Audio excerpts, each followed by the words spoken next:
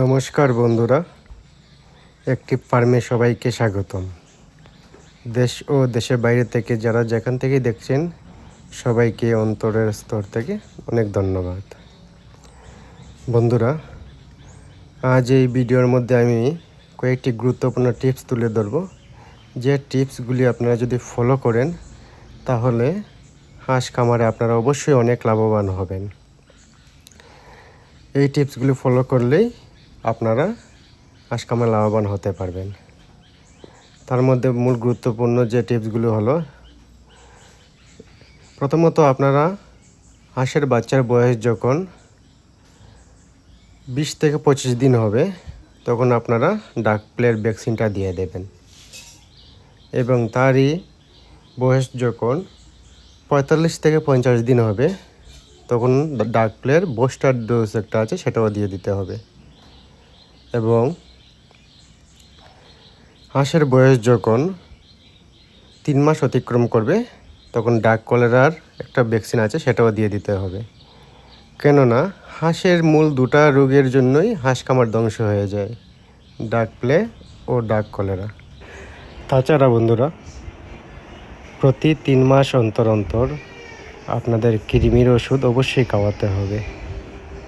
কেননা হাঁসের কৃমি যদি হয়ে যায় তাতে হাঁস ডিম দিতে অনেক দেরি করে দেয়। দেখতে পাচ্ছ, মাত্র 25 দিন আগে আমি বাচ্চা বিক্রি করে দিয়েছি, আবার নতুন করে ডিম দেওয়া শুরু করে দিয়েছে হাঁসটা। আর এই পাশের রুমেই আমার বাচ্চা রাখি, বর্তমানে যে ডিমগুলো দিচ্ছে সেই হাঁসটা এখানে দেখাচ্ছি। এই সাদা হাঁসটাই এখন বর্তমানে ডিম দিচ্ছে। তার জন্য বন্ধুরা, হাঁসের খামার যদি আপনারা করতে চান অবশ্যই চীনা হাঁসের খামারটা করবেন। কেননা চীনা হাঁস নিজে থেকে ডিম দিয়ে, নিজে হুম দিয়ে নিজে বাচ্চা ফোটায়। তার জন্য বলছি, চীনা হাঁসের মধ্যে ঝামেলা খুব কম। সারাদিনে 1 ঘন্টা টাইম যদি আপনারা দিতে পারেন তাহলেই হয়ে যাবে। তাছাড়া চীনা হাঁসের জল খুব কম লাগে। এই যে দেখতে পাচ্ছ, আমার 25টা হাঁসের জন্য 1 গামলা জল রেখে দিয়েছি, এখানে এসে ওরা স্নান করে নেয়।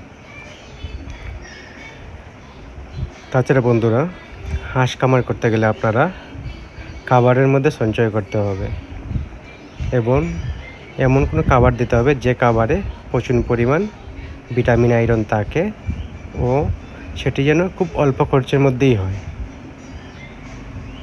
তার জন্য আমি আপনাদেরকে দেখাবো আমি হাঁসের জন্য খুব অল্প খরচে কিভাবে আমি খাবার তৈরি করি। চলো দেখে নেবে।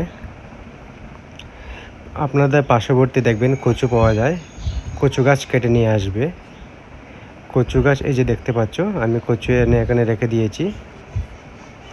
একদিন আনলে আমি 2-3 দিন চালিয়ে নিই, একটু বেশি করে নিয়ে আসি। পাশে প্রচুর আছে। কচু এনে এইভাবে ছোটো ছোটো করে আপনারা কাটবেন, ছোটো ছোটো করে কেটে সেটার মধ্যে কিছু পরিমাণ ধানের গুঁড়ো বা চালের গুঁড়ো দিয়ে জাল দিয়ে দেবেন।